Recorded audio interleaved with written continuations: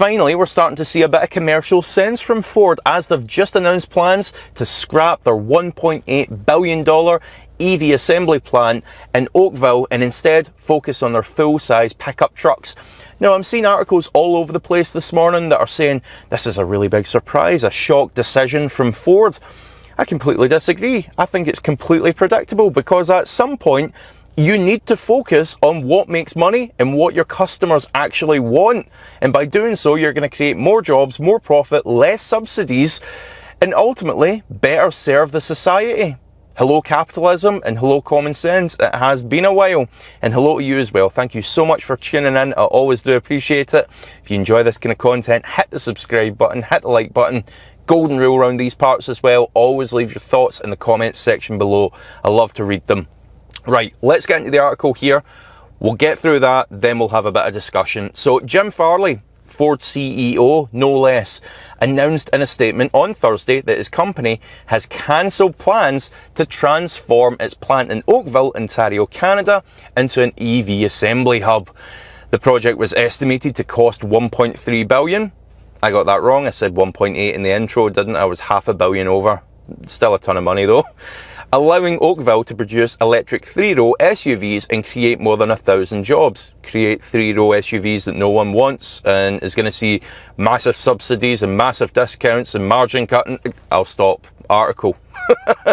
Instead, Ford has decided to focus on its Super Duty line of full-size work pickup trucks, which are currently built in Oakville alongside its Kentucky and Ohio truck plants.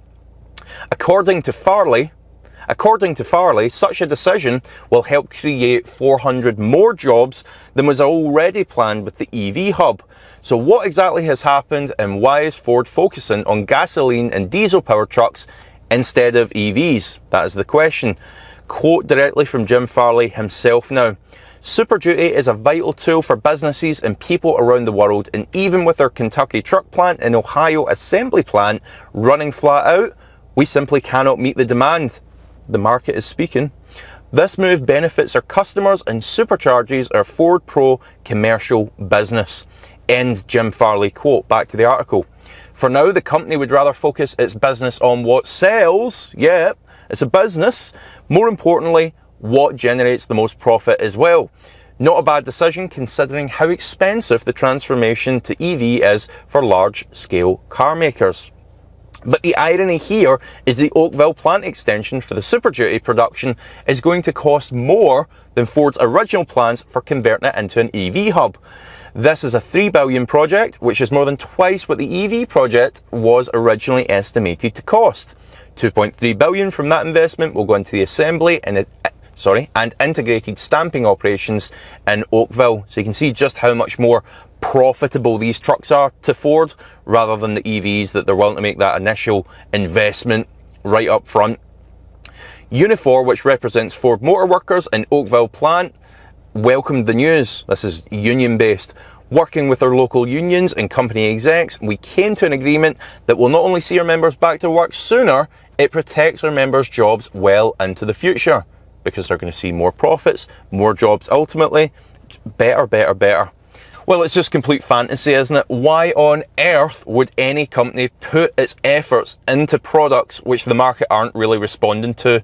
See the F-150 Lightning and the Mustang Mach-E for evidence of that.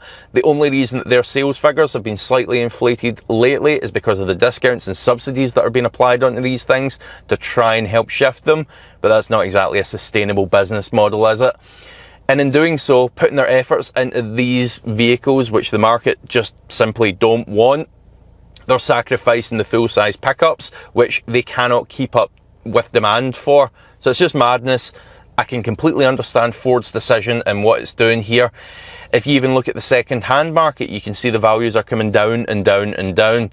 And don't buy one of them either. Don't buy a second-hand Mustang Mach-E. There's so many better alternatives out there. And when you do find a better alternative, visit vehiclescore.co.uk. Put the plate of the car you're interested in into their system, and it'll tell you the good and bad points for completely free. I'll add a link in the description below.